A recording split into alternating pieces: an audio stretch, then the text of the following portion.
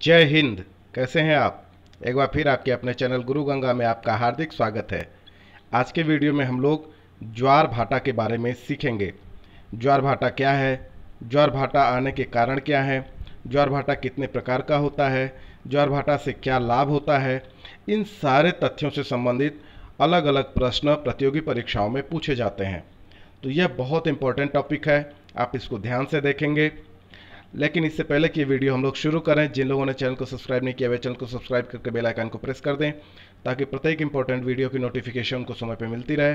और जिन्होंने हमारी पिछली वीडियोज नहीं देखी है वे भी इस वीडियो के डिस्क्रिप्शन बॉक्स में जाकर दिए गए लिंक पर क्लिक करके हमारी पिछली वीडियोज देख सकते हैं। तो आइए शुरू करते हैं आज की इम्पोर्टेंट कक्षा। तो सबसे पहले देखते हैं ज्वार भाटा किसे कहते हैं। विभिन्न कारणों से सागरीय जल के ऊपर उठकर आगे बढ़ने की प्रक्रिया ज्वार तथा नीचे गिरकर पीछे लौटने की प्रक्रिया भाटा कहलाती है। ध्यान देने की चीज़ है कि विभिन्न कारणों से, अब वो कौन कौन से कारण हैं उनके बारे में आगे बात करेंगे। विभिन्न कारणों से सागरीय जल के ऊपर उठकर आगे बढ़ने की प्रक्रिया ज्वार कहलाता है और विभिन्न कारणों से सागरीय जल के ऊपर उठकर आगे बढ़ने की प्रक्रिया ज्वार तथा नीचे गिरकर पीछे लौटने की प्रक्रिया भाटा कहलाती है। अर्थात यह दोनों एक दूसरे की पूरक है। ज्वार आएगा तो भाटा आएगा, है ना। ज्वार आएगा तो भाटा भी आएगा, है ना। तो यह सागरीय जल से संबंधित है। अब आगे देखते हैं कि ज्वार और भाटा आने के कारण क्या है। सामान्यतया हम लोग ये मानते हैं कि समुद्र की लहरें जब ऊपर उठती हैं तो ज्वार आता है और जब वो नीचे जाती हैं तो भाटा आता है। पर केवल लहरों के ऊपर नीचे से नहीं, क्योंकि वो लहरें तो लगातार ऊपर नीचे करके एक दूसरे के ऊपर चढ़ के आगे को बढ़ती रहती हैं, वो ज्वार भाटा नहीं होता। सागरीय जल जब पृथ्वी के सतह से और ऊपर उठ जाता है और उसके कारण है अलग अलग प्रकार के आकर्षण बल, अलग अलग प्रकार के गुरुत्वीय बल। तो ऐसी स्थिति में जब सागर का जल ऊपर की तरफ खिंच जाता है तब ज्वार आता है और वही जल जब वापस नीचे की तरफ लौटता है, पीछे की तरफ लौटता है, तो ये भाटा कहलाता है ना। तो अब देख लेते हैं ज्वार भाटा के कारण क्या हैं। ज्वार और भाटा के निम्नलिखित कारण है। पहला है सूर्य का आकर्षण या गुरुत्वीय बल, है ना। सूर्य के पास जो गुरुत्वीय बल होता है, या आप ये कह लीजिए कि आकर्षण बल होता है, वह उस बल के प्रभाव से पृथ्वी पर एक खिंचाव उत्पन्न करता है ना। और उस खिंचाव की वजह से पृथ्वी की सतह का जो जल है वह सूर्य की ओर खिंचा हुआ आगे बढ़ता है। तो यह खिंचाव ही ज्वार उत्पन्न करता है। दूसरा है चंद्रमा का आकर्षण या गुरुत्वीय बल। चंद्रमा का जो आकर्षण बल है, चंद्रमा में भी आकर्षण बल होता है या गुरुत्वीय बल है, तो वह भी क्या करता है, वह भी वही कार्य करता है जो सूर्य का आकर्षण या गुरुत्वीय बल करता है। तो वह चंद्रमा का आकर्षण बल भी पृथ्वी की सतह के जल को अपनी तरफ आकर्षित करता है। तो उसकी वजह से भी जो समुद्री तल है, समुद्री तल का जो जल है वह समुद्री धरातल से ऊपर उठने का प्रयास करता है, खिंचा होता है, तो वो लहरें ऊपर की तरफ आती हैं। पृथ्वी का गुरुत्वाकर्षण बल यह भी कारण होता है और पृथ्वी का अपकेंद्रीय बल यह भी एक कारण है ज्वार भाटा का। मतलब यह है कि ज्वार भाटा के चार कारण हैं। सूर्य का आकर्षण या गुरुत्वीय बल, चंद्रमा का आकर्षण या गुरुत्वीय बल, पृथ्वी का गुरुत्वाकर्षण बल और पृथ्वी का अपकेंद्रीय बल, है ना, ज्वार भाटा आने के प्रमुख कारण हैं। कई बार प्रश्नों में पूछा जाता है, तो आप इसका उत्तर ध्यान से देख लें कि ज्वार भाटा किन किन कारणों से आता है। अब बात कर लेते हैं ज्वार भाटा कितने प्रकार के होते हैं। ऐसे तो मुख्यतः तीन प्रकार होते हैं, है ना। ज्वार भाटा मुख्यतः तीन प्रकार के होते हैं। एक को कहते हैं सामान्य ज्वार, दूसरे को कहते हैं लघु ज्वार या निम्न ज्वार, और तीसरे को कहते हैं बृहद ज्वार या उच्च ज्वार, है ना। सामान्य ज्वार, लघु ज्वार, बृहद ज्वार, है ना। आगे चलते हैं, इनके बारे में थोड़ा डिटेल जान लेते हैं। सामान्य ज्वार किसे कहते हैं? किसी भी महीने में सप्तमी, अष्टमी, पूर्णिमा, है ना, और अमावस्या को छोड़कर शेष दिनों में आने वाले जो ज्वार होते हैं उन्हें हम सामान्य ज्वार कहते हैं, है ना। इन महीने में दो सप्तमी होगी दोनों पक्ष की, है ना, और 2 अष्टमी है, तो सप्तमी या अष्टमी है ना, दोनों पक्ष की, तो 2 दिन ये दो, और पूर्णिमा और अमावस्या प्रत्येक महीने में एक एक आएगी। ये इन 4 दिनों को छोड़कर, है ना, इन 4 दिनों को छोड़कर शेष दिनों में आने वाला जो ज्वार होता है वो सामान्य ज्वार कहलाता है। और इस ज्वार की ऊंचाई एक औसत ऊंचाई होती है ना, लगभग 10 फीट के आसपास होती है, 10 फीट से थोड़ी सी ज़्यादा, है ना, तो इसकी ऊंचाई थोड़ी औसतन होती है। लघु ज्वार जो होता है उसके बारे में जान लेते हैं। जब सूर्य और चंद्रमा माह के कृष्ण पक्ष और शुक्ल पक्ष की सप्तमी या अष्टमी को पृथ्वी के केंद्र पर समकोण बनाते हैं। कौन? जब सूर्य और चंद्रमा किसी भी महीने के कृष्ण पक्ष और शुक्ल पक्ष की सप्तमी या अष्टमी को, है ना, चाहे वो सप्तमी होगी या अष्टमी होगी, चाहे वो कृष्ण पक्ष की होगी या शुक्ल पक्ष की होगी, है ना, उस दिन जब वो पृथ्वी के केंद्र पर समकोण बनाते हैं, अर्थात तीनों समकोणिक स्थिति में होते हैं, तो पृथ्वी पर लघु ज्वार या निम्न ज्वार आता है ना। सूर्य, चंद्रमा और पृथ्वी जब ये समकोणिक स्थिति में होते हैं तब लघु ज्वार या निम्न ज्वार आता है। ये कब होगा? समकोणिक स्थिति बनेगी कृष्ण पक्ष या शुक्ल पक्ष में, यानी दोनों में, कृष्ण पक्ष और शुक्ल पक्ष की सप्तमी या अष्टमी को ये स्थिति उत्पन्न होती है। माह में 2 बार, एक बार कृष्ण पक्ष में सप्तमी या अष्टमी को, एक बार शुक्ल पक्ष की सप्तमी या अष्टमी को यह स्थिति बनती है ना। और इसकी जो ऊंचाई होती है लघु ज्वार की, वो सामान्य ज्वार की औसत ऊंचाई से 20% कम होती है ना। इसकी ऊंचाई कितनी होती है? सामान्य ज्वार की जो औसत ऊंचाई है उससे 20% कम होती है। अब दूसरे रूप में इसको हम थोड़ा सा डायग्रामिक रूप में देखें तो हम ये कह सकते हैं कि जैसे मान लीजिए समकोणिक स्थिति कब बनेगी? यह एक, मान लीजिए आपकी पृथ्वी है, क्या है? यह पृथ्वी है ना, यह पृथ्वी है, यह इस सूर्य की परिक्रमा कर रही है। आप जानते हैं किसकी परिक्रमा कर रही है? सूर्य की परिक्रमा कर रही है। चंद्रमा भी पृथ्वी की परिक्रमा कर रहा है। क्या कर रहा है? चंद्रमा भी पृथ्वी की परिक्रमा कर रहा है। तो समकोणिक स्थिति कब बनेगी? जब चंद्रमा यहां होगा या नीचे की तरफ होगा, है ना, तब सूर्य, पृथ्वी और चंद्रमा के बीच में यह स्थिति जब बनेगी समकोणिक कही जाएगी। या फिर सूर्य, पृथ्वी और चंद्रमा इधर नीचे की तरफ हो तो यहाँ पे जो बनेगा वो समकोण बनेगा। तो ऐसी स्थिति में जब हो जाता है तो सूर्य का जो आकर्षण बल है वह पृथ्वी के समुद्री तल को ऊपर उठाता है, खींचता है अपनी ओर, तो थोड़ा सा इधर खिंचा होता है। चंद्रमा अपनी तरफ खींचता है तो थोड़ा इधर खिंचा होता है। इस प्रकार से पूरी तरह से ज्वार उत्पन्न नहीं हो पाता, उसकी जो गति होती है, क्षमता होती है, तीव्रता होती है, वो कम हो जाती है। तो ऐसी स्थिति में लघु ज्वार की स्थिति उत्पन्न हो जाती है। क्लियर हो गया? अब दूसरा है बृहद ज्वार, है ना। जब सूर्य, चंद्रमा और पृथ्वी एक सीध में होते हैं तो बृहद ज्वार आता है, अतः यह पूर्णिमा और अमावस्या को ही आता है। इस ज्वार की ऊंचाई सामान्य ज्वार की औसत ऊंचाई से 20% अधिक होती है। ध्यान दीजिएगा, सामान्य ज्वार की जो औसत ऊंचाई है उससे 20% कम ऊंचाई है तो लघु ज्वार आएगा, निम्न ज्वार जिसको आप कहते हैं। अगर औसत ऊंचाई से 20% अधिक ऊंचाई का ज्वार है तो बृहद ज्वार या उच्च ज्वार, क्या कहेंगे इसको? उच्च ज्वार भी हम कहेंगे, उच्च ज्वार आता है। इसकी ऊंचाई सामान्य ज्वार की औसत ऊंचाई से 20% अधिक होती है। परंतु जो कंडीशन है वो ये कहते हैं कि सूर्य, चंद्रमा और पृथ्वी एक सीध में होते हैं। ये कब होता है? या तो पूर्णिमा को होगा या अमावस्या को होगा। अब इसको डायग्रामिक रूप से आप ध्यान से देखें। जैसे क्या हो सकता है? ये सूर्य है आपका, क्या है? सूर्य है, या तो स्थिर होगा, सूर्य क्या है? स्थिर है, या तो गति करता नहीं है। पृथ्वी गति करेगी, है ना। ये पृथ्वी है, ये आपकी क्या है? पृथ्वी है। और इसके बाहर बाहर क्या कर रहा है? चंद्रमा गति कर रहा है।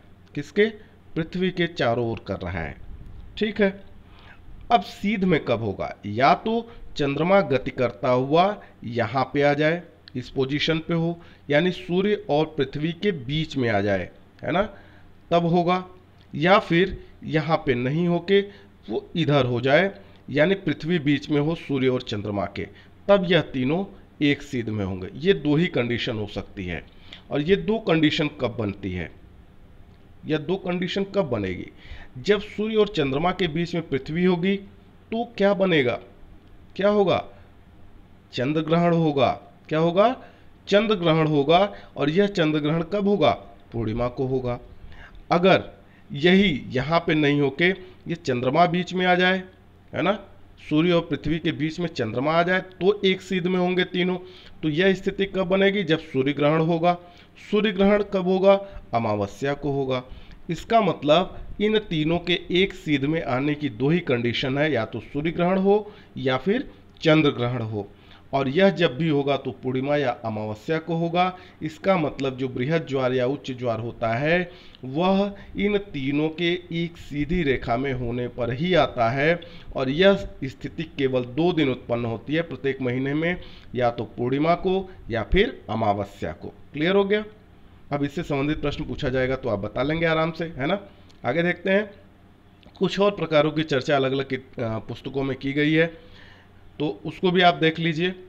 अयन वृत्ति ज्वार, है ना, जब चंद्रमा का झुकाव कर्क रेखा या मकर रेखा की ओर होता है और उसके आकर्षण बल के कारण ज्वार आता है ना, तो उसे अयन वृत्ति ज्वार कहते हैं। कब? जैसे जो चंद्रमा है जब उसका झुकाव कर्क रेखा की ओर हो या मकर रेखा की ओर हो और वह अपना आकर्षण बल लगाकर इस समुद्री जो जल है उसको अपनी ओर आकर्षित करे, तो उस समय जो ज्वार उत्पन्न होगा उसे अयन वृत्ति ज्वार कहते हैं। क्लियर है? अगला देख लीजिए, भूमध्य रेखीय ज्वार। यह भी पूछा जाता है तो ध्यान से देख लें। जब चंद्रमा का झुकाव भूमध्य रेखा पर होता है और उसके आकर्षण बल के कारण, किसके? उस समय जब उसका झुकाव भूमध्य रेखा पर हो और चंद्रमा के ही आकर्षण बल के कारण उस समय जब ज्वार उत्पन्न हो, तो इसे भूमध्य रेखीय ज्वार कहते हैं। क्लियर हो गया होगा? अब उपभू ज्वार किसे कहते हैं, इसे ध्यान से देख लें। जब चंद्रमा पृथ्वी के सबसे निकट होता है ना, जब वो पृथ्वी के चारों ओर गति करता है तो सबसे पास में जब वो आता है तो उस समय उसका आकर्षण बल सबसे ज्यादा पृथ्वी पे कार्य करता है ना, तो उस समय जो ज्वार की स्थिति उत्पन्न होती है तो उसे हम उपभू ज्वार कहते हैं। क्या कहते हैं? उपभू ज्वार कहते हैं। और इसी के ठीक विपरीत स्थिति को देख लें, जब चंद्रमा पृथ्वी से सबसे अधिक दूरी पर होता है ना, चंद्रमा पृथ्वी से सबसे अधिक दूर होता है, अपने पथ पे गति करता हुआ जब दूरी पे सबसे ज़्यादा दूर पे पहुंचता है और उस समय में उसकी जो आकर्षण क्षमता है अपेक्षाकृत कम होती है, तो उस समय भी जो ज्वार आता है वह कहलाता है अपभू ज्वार। तो ये छोटी छोटी चीज़ें हैं, प्रत्येक पुस्तक में उपलब्ध नहीं होंगी, तो आप इसको जरूर ध्यान से देख लेंगे, है ना। एक होता है मिश्रित ज्वार। जब ज्वार की ऊंचाई भिन्न भिन्न होती है तो इसे मिश्रित ज्वार कहते हैं, है ना। ज्वार की ऊंचाई क्या होती है? अलग अलग होती है, कम या ज़्यादा अलग अलग होती है, भिन्न भिन्न होती है, तो इसे मिश्रित ज्वार कहते हैं। और इस तरीके के जो ज्वार होते हैं वो जो उत्तरी अमेरिका है उसके पश्चिमी तट की तरफ ज़्यादा आते हैं, या आप ये कह लीजिए कि प्रशांत महासागर के जो छोटे छोटे द्वीप समूह हैं, प्रशांत महासागर में जो छोटे छोटे द्वीप समूह हैं वहाँ पर यह ज्वार सर्वाधिक आते हैं। ठीक है, मिश्रित ज्वार। अब बात कर लेते हैं ज्वार भाटा की। दैनिक ज्वार भी होता है, अर्ध दैनिक ज्वार भी होता है। दैनिक ज्वार ये कि प्रतिदिन 2 बार, प्रत्येक जगह पर 2 बार ज्वार और भाटा आता है ना। एक अपवाद है उसको छोड़कर, उसके बारे में हम लोग आगे बात करेंगे, तो वो दैनिक ज्वार कहलाता है। अर्ध दैनिक ज्वार का मतलब हुआ कि आधे दिन के अंदर जो ज्वार आता है, जितनी बार आता है ना, न्यूनतम 1 बार आता है, तो वह जो ज्वार आता है, 1 बार ज्वार 1 बार भाटा, उसे अर्ध दैनिक ज्वार कहते हैं। तो इससे संबंधित प्रश्न भी कभी कभी पूछ लिए जाते हैं, उस पर भी हम लोग आगे चर्चा थोड़ा सा करेंगे, आप ध्यान से देखें। ये हो गए ज्वार के कारण, उसके बाद उसके प्रकार। अब बात करते हैं ज्वार भाटा से लाभ क्या होता है। तो इससे अलग अलग कई लाभ होते हैं। नुकसान क्या होता है वो तो आप जानते ही हैं ज्वार भाटा से, है ना। तो लाभ क्या होता है वह जान लीजिए। हर चीज़ के सकारात्मक और नकारात्मक दोनों पहलू होते हैं। तो नकारात्मक तो जल्दी हमको समझ में आ जाते हैं, जरा सकारात्मक की बात कर लेते हैं।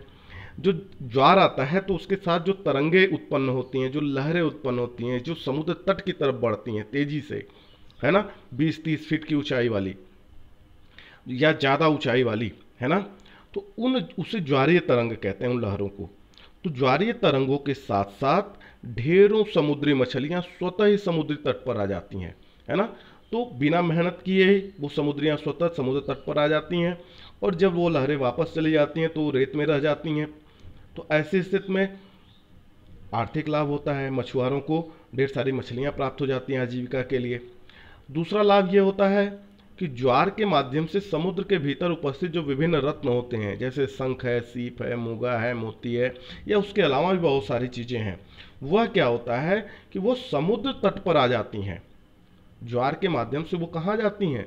ये समुद्र तट पर आ जाती हैं, और वह भी हमारे लिए आर्थिक स्रोत हैं एक तरीके से, तो उसका भी फायदा हमको मिल जाता है।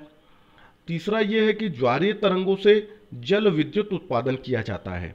क्या किया जाता है? जल विद्युत उत्पादन में ज्वारीय तरंगों से सहायता मिलती है।